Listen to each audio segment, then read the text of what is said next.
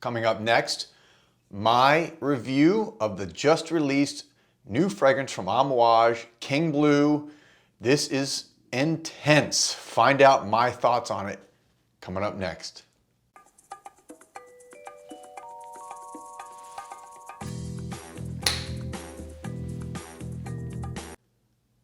Welcome back, everybody, to Joel the Nose, and thank you as always for watching, for being here, for supporting my channel, for supporting my fragrance releases like Deco Noir and Super Suave. Everyone who's purchased a bottle, I hope you're enjoying it, and thank you always again. So today's video review, whatever you want to call it, is about King Blue, as you saw from the opening. King Blue from Amouage. This is from the library collection. And right off the bat, I think it's a perfect addition to the library collection. There's been some wonderful leather, oud, dark, intense fragrances that have come out over the last, year or so in this collection, some newer fragrances. And I just think they've done an excellent job. I do think that, Amouage is a house, a Middle Eastern house that can be, for some people, maybe a little bit intense, a little bit strong. This fragrance is going to fall into that category, but don't shy away from it. I think, some people at first maybe, when they smell it, maybe a little bit taken aback.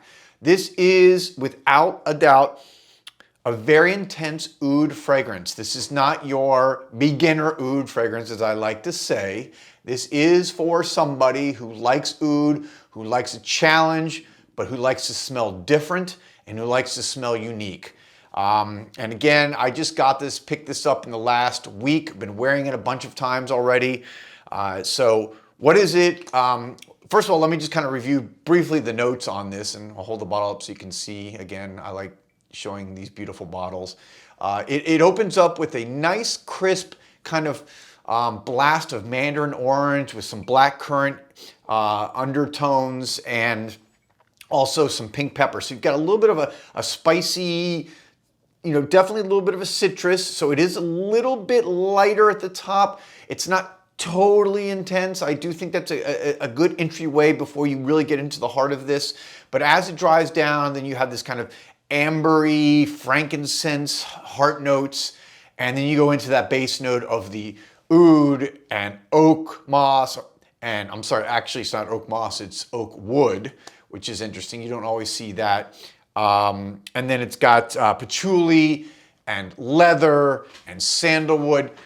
So what are my thoughts about this? When I first sprayed it on, it intimidated me. I will have to say, yes. It intimidated me. And I sprayed it on at Osme Perfumery, but it quickly, I'm gonna spray it here so you guys can kind of see my, actual reaction here. It is, again, I've really come to love oud fragrances. So if you like oud fragrances, this is one you've got to check out. If you like the library collection already from Amouage and these Opus fragrances, you've got to check them out, because the library collection, again, to me seems very apropos in this fragrance, because it reminds me of sitting maybe in a European city and a classic library, maybe in Rome, maybe in London, where you're seeing old books, rows of old books, and maybe actually it could even be an old chapel, an old church. It just has that kind of rich resinous, and you get that from that amber and that frankincense, definitely. And that oud is right there from the beginning. Excuse me, my allergies are acting up today. But you get the oud right from the beginning. It is there. And so you're again, it's intense at first. I do really enjoy this as the dry down goes through. As the dry down proceeds through the middle and the heart notes, you're going to see a fragrance that kind of, although it's not like wildly different, it's not like wildly different from the top to the bottom. It is a somewhat linear fragrance. It is an oud fragrance, but that leather, the patchouli has the effect of that earthy ground grounding, along with the oak wood, which is, you know, a big oak tree, and the sandalwood, I think gives it this nice grounding. And what do I mean by that? It's just, it gives it a stability to the fragrance that lets the oud shine. It lets the just overall, this is a, for me, what I consider a calming fragrance. And again, that's a lot of those earthy notes. It's calming and it lasts.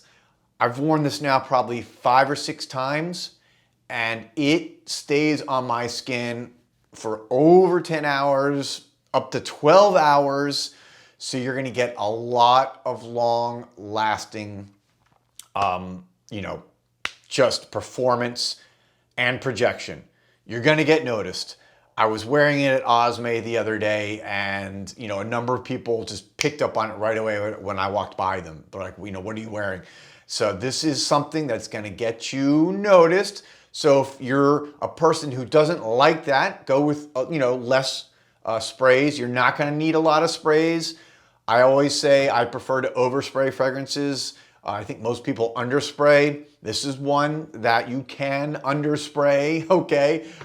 Just to show you that I am flexible with my thought process when it comes to wearing fragrances, because you have to adapt to the perfume that you're wearing. This will, again, give you lots of projection, lots of long-lasting smell on your skin, and I just really like the dry down. I kept, you know, whenever I wear it, I can smell it around my neck. It gives me a very good sillage of up to, I'm getting about, probably about 10 inches, almost a foot of really good sillage around my head. Just right now, I can just smell it wafting up. And it's just a really, I think, well put together and well designed fragrance. Interestingly, and this is a fragrance that was developed by 2 perfumers. You have Hamid Muradi Kashani, who does a lot of the fragrances, and he's done stuff for Parfums de Marly. He's very, you know, accomplished. And then you have a younger perfumer. His name is Alexis Grosjean, who I believe is a Frenchman. So you have this combination of kind of Middle Eastern meets the European, Western, French sensibility. So I like this kind of clash. There's like a clash of cultures going on in this fragrance, which is, again, I think cool. I think more houses should take this lead here, where you actually have maybe 2 perfumers work on it, because it can bring a real unique composition and smell to the fragrance. And I think that's what's happened here. I do like, again, that combination. So there you have it. That is my review on King Blue. I recommend it. I recommend it, though, again, for people who like oud. If you don't like oud, I recommend you trying it, at least maybe kind of like acclimating yourself into it. This is a fragrance that, if you're gonna step into that next big world of strong oud fragrances, I think it's one worth exploring for those out there who are willing to accept that challenge, okay? Anyways, again, I'm enjoying my bottle, and I'm gonna be wearing it a lot, especially in these fall and winter months. Again, I live in Miami, so fall and winter means almost nothing. But for those of you who do live where it's already starting to cool down and you got this, you know, colder weather, this is going to be an excellent, excellent fragrance for the next 4, 5, 6 months coming up. Okay? I'll be back soon with another video, guys. Thank you as always for watching. Thank you again for your support. As I said, for my channel, for my fragrances, just for everything. Hope you guys are doing well. Peace, love, and perfume.